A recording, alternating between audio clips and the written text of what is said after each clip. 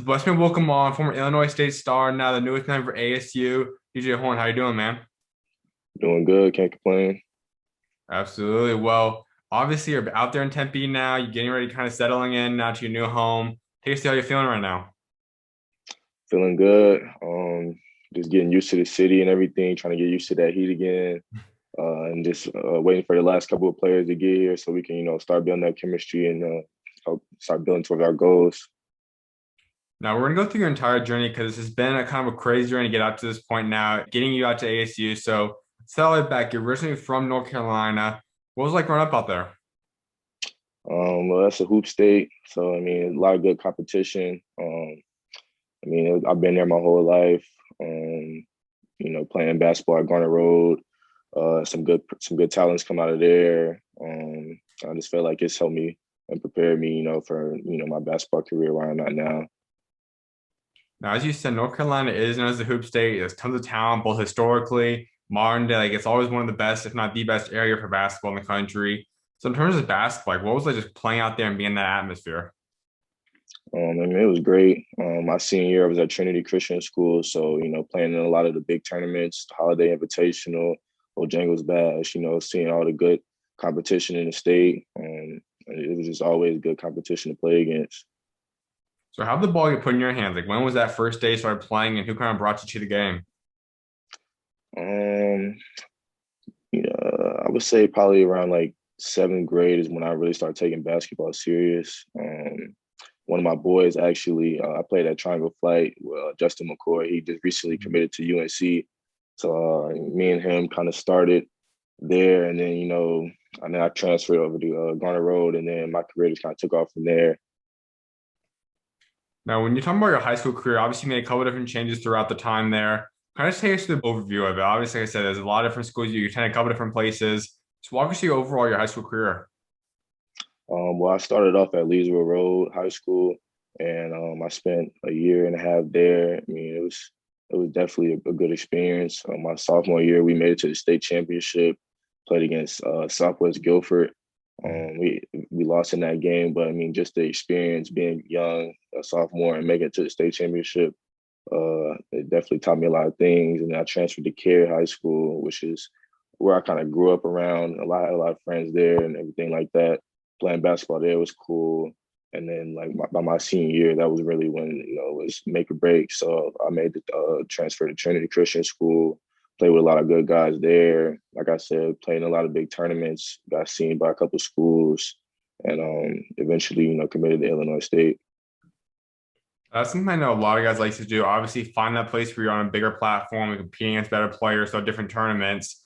And obviously, I know too, like obviously some guys like to play in one situation the whole time. But the kind of the positive to that is obviously you get to go play against many different places, kind of get used to being in different environments. So would you have preferred if you go back? Like, would you rather have been at, per se, Trinity Christian the whole time? Like, would you rather have stayed home, or would you kind of enjoy getting different moving and kind of getting to enjoy different atmospheres? Now that I look back at it, I mean, just being at all the different schools, I mean, it definitely long term, it build relationships and had connections and all that stuff. But Mhm. just knowing what I know now, I probably wish I would have stayed at Trinity Christian School, just like all my 4 years, just because, the level of talent that they have through that program, and like I said, the games that they play, tournaments that they're always in, and exposure. If I were told you heading into your freshman season that you're eventually becoming a Division One player and eventually you're going to become a high major player going to ASU, could you ever imagine that? I mean, I didn't really, picture it to be like this, but coming out of high school, I always felt like I was, kind of under recruited, and I just kind of let that fuel me and motivate me up to this point, and I feel like it's just going to carry over here. And, I can continue to get better and work on my game. So when would you say it kind of clicked for you? Like when would you start saying that you started feeling like, okay, I truly am one of the better players every time I step on that court, and I truly do believe I can be a guy who's going to play at the Division One level. Coming into college, my freshman year, I mean, I didn't really expect to, play as much as I did, and when I got there, it's probably like the first 5 games into the season. After that, I started the rest of the season. So just kind of being thrown out there in the fire like that, gained a lot of experience and all that. And then by my sophomore year, the torch was kind of passed to me. It was my team, and it just helped me build my confidence, everything like that. And like you said, every time I step on the court, I feel like I can do whatever I want to.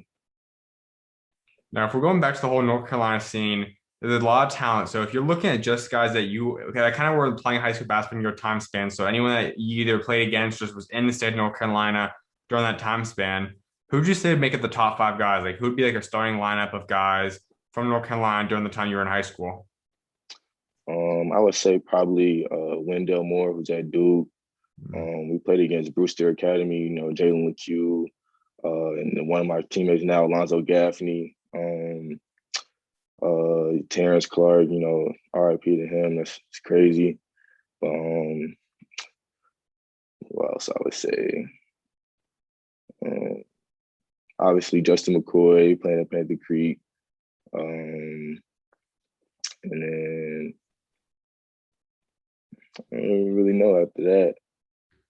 I mean, we play so many guys, man. I can't even really say a top five because, it's so much talent and all that. But if I could just name a few off the top of my head, I would say those guys.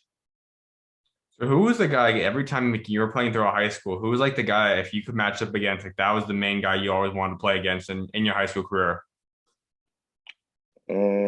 I mean, I wouldn't say there was really one specific guy. I Mhm. just, kind of every time I wanted to step on the court, I felt like I had something to prove.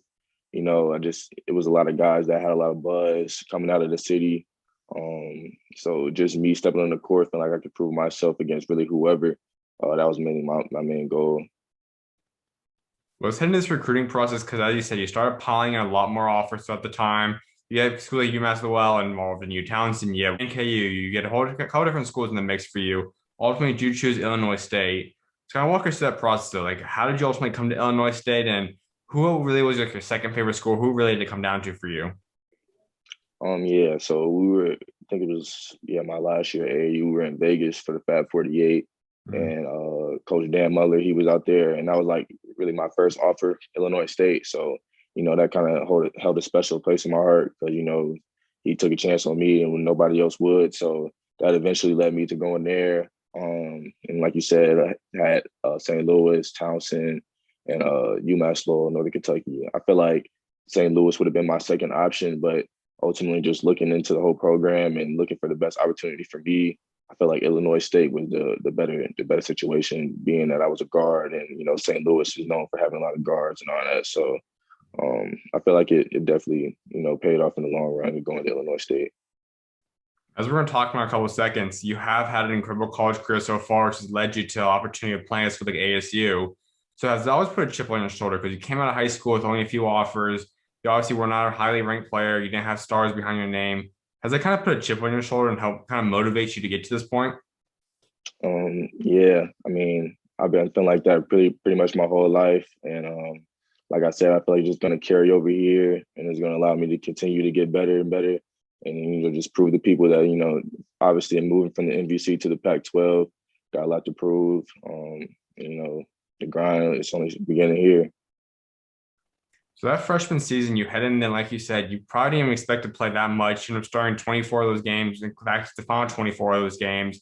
You have 14 games of 10 plus points. Like you have a pretty solid freshman season. You get on the all conference team for freshmen. Walk us through that freshman year then. Did you expect that heading into the season? I mean, like going into it, we had a grad transfer from Wichita State come in, and going into it, I was just looking forward to him teaching me, the ropes, everything. Getting in every now and then, learning, the game speed and all that. And then, eventually it just took off, and I started getting better and better. And then, like you said, towards the last couple of games, towards the end of the season, I got real comfortable with my game and everything like that. And, just being with the guys building that chemistry, they knew what to expect from me and it gave me confidence. And I just felt like that helped me. Now you bring a lot to the table every time you step on a court, but probably the most notable one is that you are a prolific scorer. You're able to score out pretty much well. Has that always been a part of your game? Like, have you always just been able to really easily score, or is that something you developed later on? Like, when would you say you became the elite scorer? I mean, growing up, I mean, I always liked scoring. Thought that's all there was to the game was who can Mhm. get a bucket. But being in college for these past 2 years, and understanding the game more, I mean, it just helped me to be able to score more efficient and know how and when to score. So I feel like these past couple years and just in college, helped me to be the scorer that I am now. I just saw him a couple of days ago, and he discussed you too. And he said, obviously, especially this past season, like you always had the ability to score. You had the pick and roll, you really got down really well. You're able to start facilitating more, become a better defender. Take us to those other aspects to you. Like, how have you become a better defender? How have you become a better facilitator? Like, how have you added those pieces to your game? Just watching a lot of basketball, and talking to a lot of guys that's made it to the league and know what it takes. You get to a certain point where it's not all about scoring. You got to have all the other attributes to the game. And me being a point guard, they want to see what you can do other than just score, because it's a lot of point guards out there that can score. So I just take pride in being able to show all those other things and trying to do them at a high level. So a couple of games in that freshman season, one of which is you have a 22-point game on December 31st, the first game of conference play. How big was that game for you? Because at that time, it was your career high. Like, how big was that for your confidence going forward? It was definitely big. Like you said, it was the first conference game against one of the top teams in the conference. So for us to beat them at the crib, it was definitely big. And for me to get to play the game, leading score and all that, uh, packed house almost. I mean, it was definitely big. I feel like that was like the turning point really in my career and gave me a lot of confidence. As you said, Coach Dan Muller obviously was a great coach for you, getting you an opportunity. That's not what a lot of guys look for. Like you obviously chose Illinois State. You probably the highest offer you did have was St. Louis. But how big is finding the best fit for guys? 'Cause I know a lot of guys might look at the bigger names and say, I just want to go there. How big was it for you to truly look at and find the best fit for you so you could produce at this level? It was definitely big for me. And that's really important for a lot of guys to understand. Like, it's not about always the name across the front of the jersey. Because, if you get to a place and you're not playing like how wanted to or predicted, then, that's when things start to go downhill and everything like that. And you can obviously, lose your game if you're not out there playing. So I feel like that's the biggest piece, just get somewhere where you can play and you can get and continue to get better. I know it's hard for a lot of guys too to have losing records. Obviously, the goal for you guys is always to go out there and win. So how would you handle that? Last year, you guys go 10, or 2 years ago, you guys go 10-21. Last year, you guys go 7-18. How did that affect you, and how did you keep the chemistry going on in that locker room? It was definitely difficult at times, but being a brand new team, it was just like we were always constantly trying to build that chemistry and learn each other. So we kind of knew going in that it was going to be some ups and downs, but just the chemistry that we did have and build up. I mean, we were brothers and everything like that. So just going out there and trying to compete to the best of our ability, that was the goal every night. Now, this sophomore year, you guys head into the season. Obviously, the pandemic sets in, and you guys had a lot of ups and downs as a team. You still got a good amount of games to play this season, but still, overall, the pandemic affected chemistry, being able to practice. You guys all had COVID tests. How big of an effect did COVID have on you guys this year? It kind of impacted us early off in the season, summer a little bit. That's kind of when everybody, got their little hiccups and everything like that.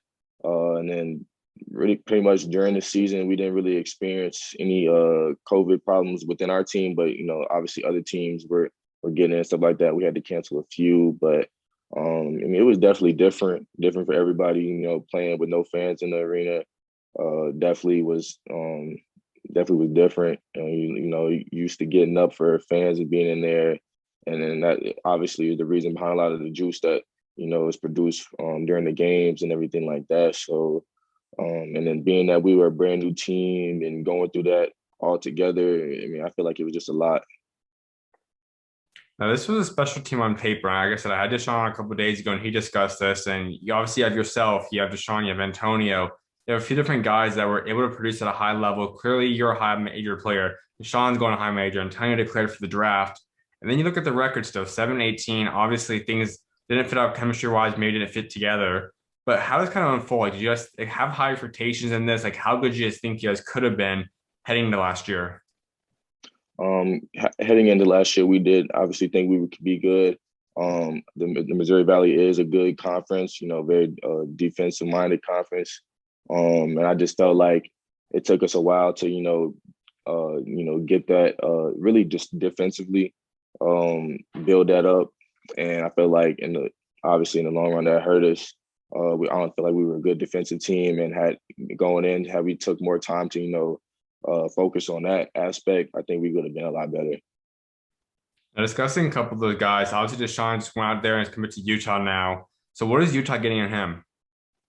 Uh, they're getting a good big, high motor.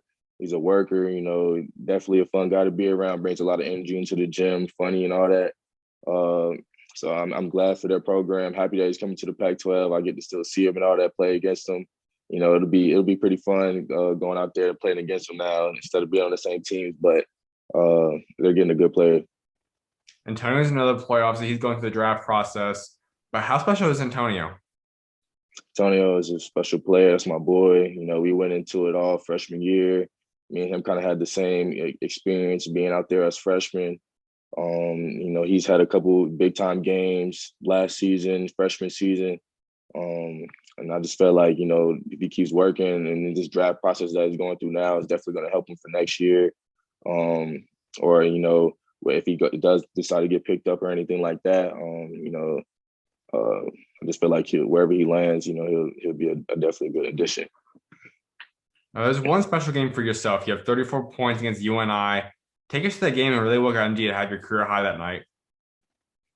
Um, you know, Really just like any other night, it felt confident on offense and just happened that night that all my shots were going in and, coach kept giving me the confidence to keep shooting. And the more I shot, the more they kept going in. So, it was definitely a tip attack game. That game, I think it went into overtime. So later on during the game, I felt like, the ball had to be in my hands. So that obviously led to, me getting up to 34 points. But yeah, that was definitely one of my better games.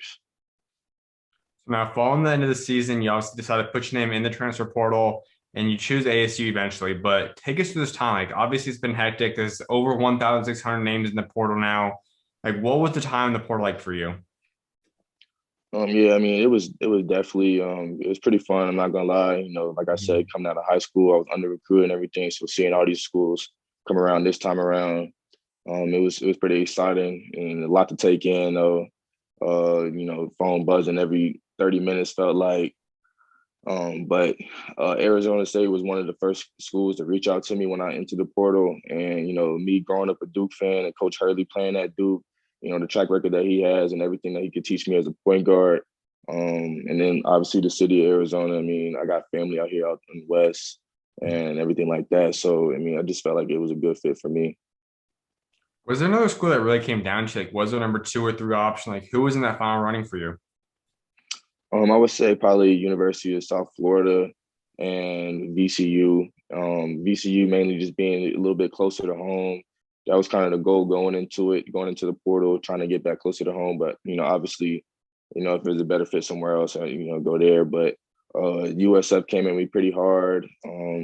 Definitely the city of Tampa, beautiful and all that. So I would say it's between those two schools. Now, you said you come into a situation at ASU who last year a lot of people thought could have made a Final Four type run with a load team. Obviously, didn't work out to how it was expected to. But this is a whole new look team together, bringing in a lot of new guys: Marion, Lonzo, Jay. Is a top 30 recruiting class headed by Enoch. Like, this is a special group coming together. So walk us through this season. Like, how excited you get out there and just discuss this team a little bit from what you see on paper so far. Yeah, definitely a lot of high major guys coming in. Just hearing how Hurley's been talking and everything. He's disappointed the way last season went. So eager to ready to get to work and all that. And like I am, feel like I got a lot to prove. He feel like he has a lot to prove going into this season. So just all the guys getting in. The quicker and sooner we build that chemistry and start getting to work and everything like that is going to be better for us because I feel like we do have a lot to prove and uh, you know, clean that slate from last year.